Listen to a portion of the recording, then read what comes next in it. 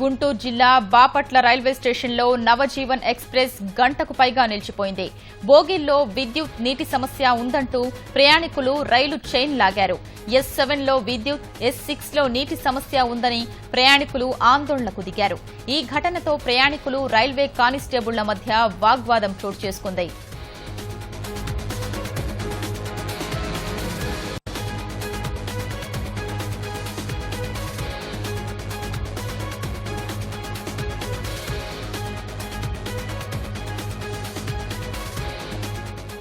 గుంటూరు జిల్లా బాపట్ల రైల్వే స్టేషన్లో నవజీవన్ ఎక్స్ప్రెస్ గంటకు పైగా నిలిచిపోయింది.